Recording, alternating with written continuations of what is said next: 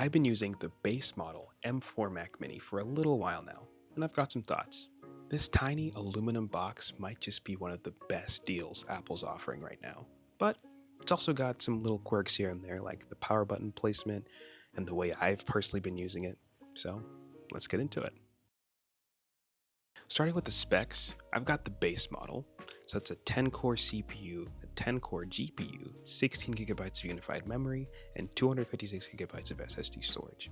It's not the Pro version, not the upgraded anything, just the base model. And honestly, that's what makes this machine so impressive. Now, moving over to design, the Mac Mini was redesigned for this generation, shrinking down to just about 5 by 5 by 2 inches.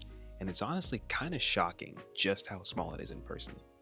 It's still wrapped in a solid aluminum enclosure with a plastic base that has some ventilation for airflow, but now it's even more compact and lighter than before at just about a pound and a half. It feels super premium, and with this new form factor, it kinda looks like an Apple TV that hit the gym, like a really fit Apple TV.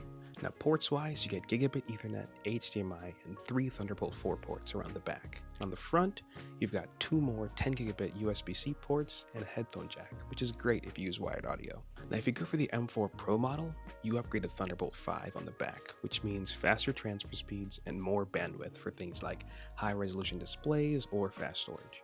But honestly, this base model's already plenty for most people. Now about the power button. Yeah, it's on the bottom. Weird, I know, but in practice, it's not really an issue. I run mine as a server, so I never have to touch the power button. And even if I were using it as my daily machine, I'd just sleep or restart it from macOS. So yeah, weird placement, but zero impact. Now when it comes to everyday performance, this Mac Mini is pretty much perfect. Apple Silicon has been ridiculously good for a while now, and M4 just keeps that momentum going. If you're doing typical stuff like web browsing, email, Zoom calls, media consumption, and even some light creative work, you'll never get this thing to break a sweat. And even if you do dip into heavier work like video editing, photo editing, or even a little 3D modeling, it can still handle it. You only really need to move up if that becomes your full-time job. Now, I didn't run any benchmarks because honestly, most people buying a Mac Mini aren't checking Geekbench scores. And there are plenty of YouTube channels that have already gone way deep into that. What matters is, does it run fast, does it stay quiet, and does it just work?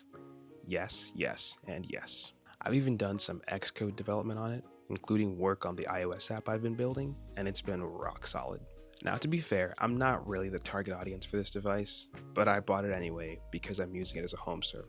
I run Homebridge and Home Assistant to bring non-HomeKit devices into HomeKit, a self-hosted financial tracker called Maybe, and Plex for all my media stuff, and that list is still growing. It also turned into kind of a sandbox for experiments like testing the macOS 26 developer beta without putting my main MacBook at risk. Since everything I run on it is either containerized or in a virtual machine, it's perfect for a 24/7 setup. I keep it tucked away on our network rack, and whenever I need to access it, I just use macOS's built-in screen sharing. Oh, and for remote access, I do use Tailscale, which is pretty much a personal mesh VPN that lets me securely access the Mac Mini from anywhere, and it came in really clutch while I was out of state for the last couple months. Alright, so let's talk about pricing. The base model starts at $600 from Apple, but you can usually find it on Amazon or Best Buy for around $540. And for that, you're getting Apple's latest M4 chip, 16 gigs of memory, and enough performance for pretty much anything a regular user would need. If you do need more power, there is the M4 Pro version, which starts at $1,400, and that bumps you up to 24 gigabytes of memory and 512 gigabytes of storage, which is awesome if you're doing serious creative work. But again, that is super overkill for most people. There's also an optional 10 gigabit Ethernet upgrade. It's $100 extra, and it's available on both the M4 and M4 Pro. Unless you're transferring huge files over your local network, you definitely don't need it. Gigabit is plenty for most people. Now, as for the 256 gigabytes of storage on the base model, yeah, it's kind of tight in 2025. If you're going to upgrade anything, I definitely say storage. I'd say either bump that up to 512 or honestly just grab a 1TB external SSD and keep it plugged in. It's far cheaper, more flexible, and you avoid the painful upgrade pricing. So, is the base M4 Mac Mini worth it? Absolutely. It's fast, silent, compact, and absurdly capable for the price. Whether you're looking for a simple home computer, a media server, a testing machine, or even a light creative workstation, this thing punches way above its weight class. And in classic Apple fashion, it looks good doing it. Thanks for watching. Hope this was helpful, and I'll catch you in the next one.